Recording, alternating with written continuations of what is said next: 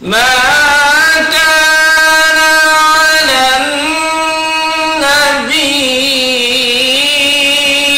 من حرج فيما فرض الله له سنة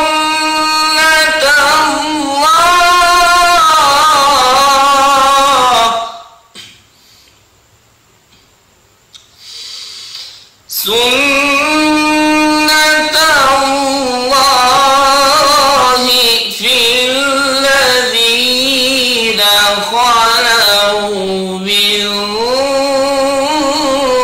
قبل وكان أمر الله قدرا مقدورا.